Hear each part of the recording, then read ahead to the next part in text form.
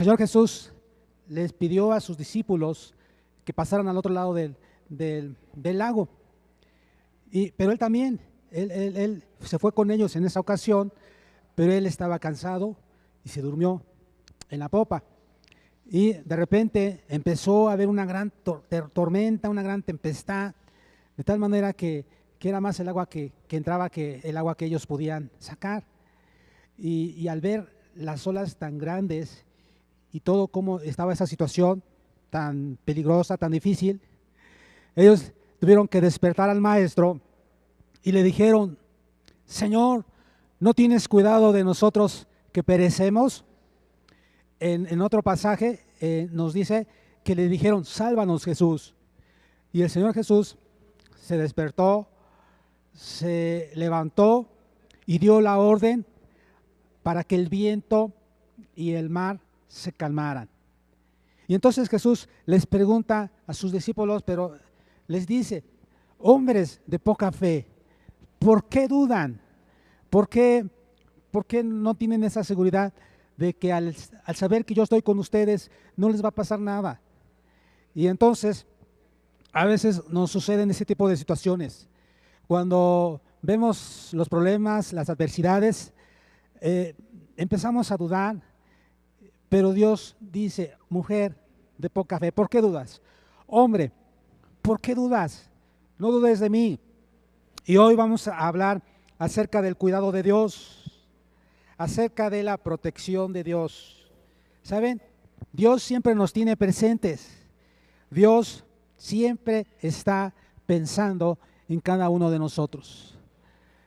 Dígale a su hermano que está a su lado, dígale: Dios está pensando en ti. Dios está pensando en ti, siempre.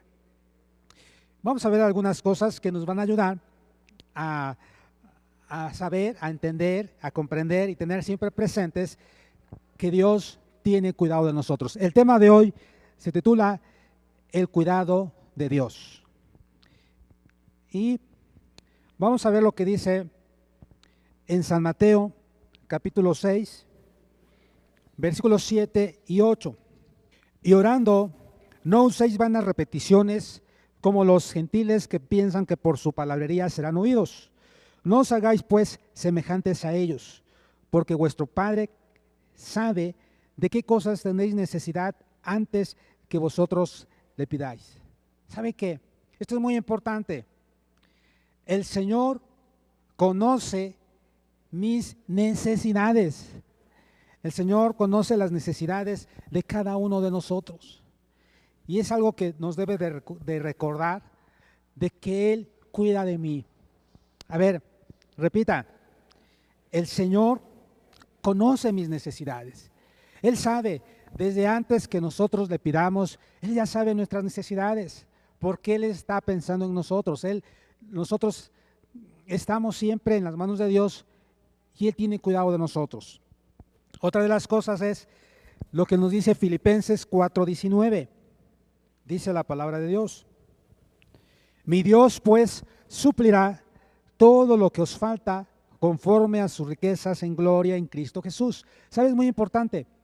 Dios nos está diciendo en este pasaje que Él va a suplir todas nuestras necesidades conforme a sus riquezas en gloria. El Señor es el dueño del oro, de la plata y de todo lo que tenemos. Y Él nos está diciendo: no te preocupes, yo tengo cuidado de ti y yo voy a proveer todo lo que tú necesitas. Si te hace falta para pagar algún alquiler, si te falta dinero para adquirir algún bien, algún servicio, Dios dice: yo te voy a ayudar. No tengas miedo, no te preocupes, porque yo tengo cuidado de ti. El Señor siempre suple todas nuestras necesidades. Vamos a ver lo que dice Primera de Pedro 5:7. Dice la palabra de Dios: echando toda vuestra ansiedad sobre Él, porque Él tiene cuidado de vosotros. Fíjate qué hermosa promesa.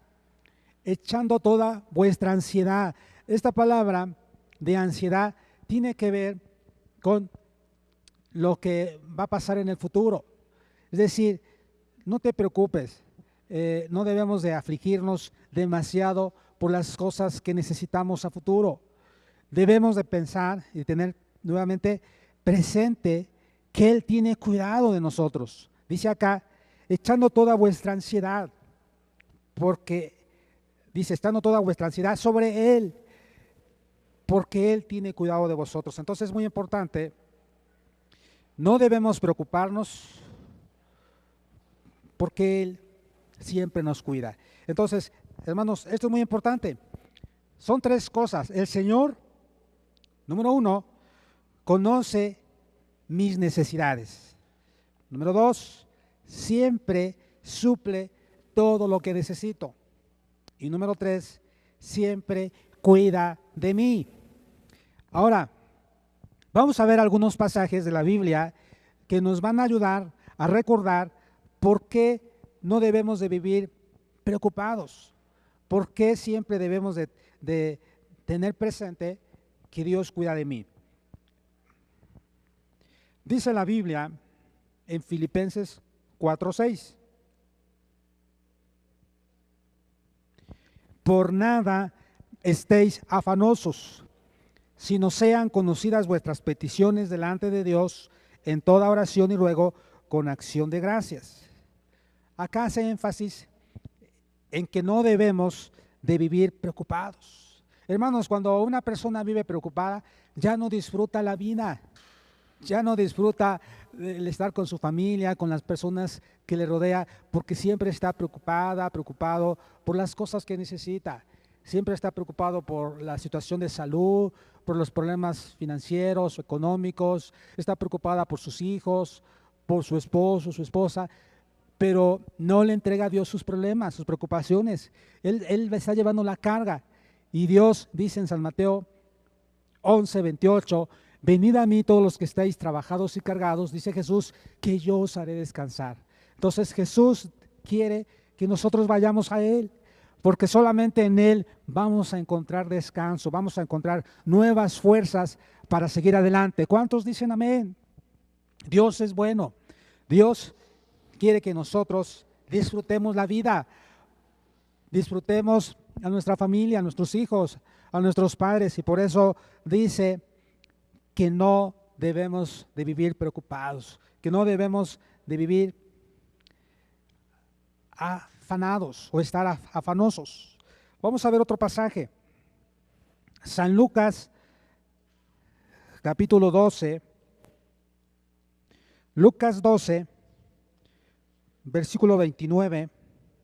Lucas 12, 29 al 31 dice, vosotros pues no os preocupéis por lo que habéis de comer, ni por lo que habéis de beber, ni estéis en ansiosa inquietud, porque todas estas cosas buscan las gentes del mundo, pero vuestro Padre sabe que tenéis necesidad de todas estas cosas. Mas buscad el reino de Dios y todas estas cosas os serán añadidas. Hermanos, acá nos está diciendo que no debemos de preocuparnos por el pan diario. Dios sabe que necesitamos comer, que necesitamos alimento. Y por eso dice que debemos de decirle a Él, Señor, el pan nuestro de cada día dámelo hoy. Pero también como una actitud de agradecimiento. Gracias, Dios, porque nunca me dejas sin el pan de cada día. Tú siempre suples mis necesidades. Tú siempre provees. Y acá nos está recordando nuevamente, no debes preocuparte por el alimento. Yo sé que necesitas el pan. Yo te voy a proveer del alimento que tú necesitas. Pero acá también nos dice algo, y es que debemos de buscar a Dios, de que debemos de buscar el reino. Y esto es muy importante. Dice en San Mateo 6:33, busca primeramente el reino de Dios y su justicia, y todo lo demás añadido será. Hermanos, si sabemos que Dios tiene cuidado de nosotros, eso nos debe hacer confiar en Él, y eso nos debe de llevar a su presencia con una actitud de agradecimiento, de gozo. Y por eso Dios nos dice que debemos de buscar primeramente el reino de Dios. Necesitamos buscar las cosas de arriba. Dice en Colosenses capítulo 3, Colosenses 3:1. Si pues habéis resucitado con Cristo, buscad las cosas de arriba, donde está Cristo sentado a la diestra de Dios. Hermanos, el saber que Dios tiene cuidado de nosotros, o el saber que Dios tiene cuidado de mí, me hace estar más relajado, me hace tener la confianza de que puedo entonces buscarle sin preocuparme, porque Él va a suplir. Y por eso me dice, buscad las cosas de arriba. Si puedes haber resucitado con Cristo, buscad las cosas de arriba donde está Cristo sentado a la diestra de Dios. Voy a gozarme en la presencia de Dios, voy a gozarme con Él, voy a estar alabando y glorificando su nombre, porque sé que Él va a suplir todas mis necesidades. Por eso, cuando yo tengo presente el cuidado de Dios sobre cada uno de sus hijos, eso me hace estar confiado. Y no debo vivir preocupado, no debo de pensar cada rato en las cosas que necesito, más bien debo de pedirlas confiando en que Él va a proveer, pero también eso me hace buscar las cosas de arriba. Vamos a ver lo que dice Hebreos capítulo 13, versículo 5. Dice la palabra de Dios: sean vuestras costumbres sin avaricia, contentos con lo que tenéis ahora, porque Él dijo, no te desampararé ni te dejaré. Hermanos, debemos de disfrutar lo que tenemos, debemos de vivir contentos. A ver, dígale al hermano que está a su lado, tienes que vivir contento. Amén, gloria a Dios. No debemos de vivir angustiados, con temor de qué va a pasar. Debemos de decir gracias Dios porque tú tienes el control de mi vida. Y acá dice, sean vuestras costumbres sin avaricia, contentos con lo que tenéis ahora, porque Él dijo, no te dejaré ni te desampararé. Hermanos, Él no nos va a dejar, no nos va a desamparar, siempre va a estar con nosotros. A veces tenemos miedo a lo que pudiera pasar, y si se va la persona, y si nos deja, y si nos abandona, y si me sucede esto. No, hermanos, debemos de confiar que Él nos cuida, que Dios siempre va a proveer, siempre va a suplir todas nuestras necesidades. Vamos a ver lo que dice Filipenses capítulo 4, Filipenses 4, versículo 4. Dice así, regocijaos en el Señor siempre. Otra vez digo, regocijaos. Fíjese qué hermosa palabra. Alguien ha dicho que regocijaos quiere decir gozo sobre gozo. Hermanos, el regocijo tiene que ver con nuestra actitud de no perder la paciencia, de no desesperarse. Es reconocer que Dios tiene el control de la situación. Cuando Dios dice regocijaos en el Señor siempre, es tener esa certeza, esa seguridad de que pase lo que pase, Dios tiene el control de nuestra vida y de todo lo que nos rodea. Y por eso debemos de tener esa certeza, esa seguridad de que no hay nada que va a suceder si Dios no lo quiere o no lo va a permitir. Debemos de confiar que si Dios abre una puerta, nadie puede cerrarla. Pero también cuando Dios cierra una puerta, nadie puede abrirla. Hermanos, ante las circunstancias que estamos viviendo, a lo mejor son muy difíciles, a veces ya no podemos, pero Dios nos recuerda que debemos de echar todas nuestras ansiedades en Él, debemos de llevar todas nuestras cargas a Él, porque Él tiene cuidado de nosotros. Pero también nos recuerda que debemos de tener una actitud buena ante las adversidades de la vida y no perder la fe. Vamos a ver otro pasaje, en Hebreos capítulo 12, versículo 2 y 3. Puestos los ojos en Jesús, el autor y consumador de la fe, el cual por el gozo puesto delante de él, sufrió la cruz, menospreciando el oprobio, y se sentó a la diestra del trono de Dios. Considerad a aquel que sufrió tal contradicción de pecadores contra sí mismo, para que vuestro ánimo no se canse hasta desmayar. Hermanos, el ver esta actitud que tuvo el Señor Jesús, esto nos hace tener ánimo. El mirar a Jesús como inspiración para la fe nos hace seguir adelante. El Señor Jesús padeció, Él llevó en la cruz nuestras enfermedades, todos nuestros dolores fueron sobre Él. Él llevó nuestros pecados en la cruz del Calvario. Él dio su vida, pero Él tuvo una actitud de gozo. Él tuvo una actitud de fortaleza, no de murmuración, no de queja. Incluso dijo: Padre, perdónalos porque no saben lo que hacen. Al final, antes de morir, Él dijo: consumado es. Él dijo: hecho está. Cumplí el propósito el propósito de venir aquí a la tierra.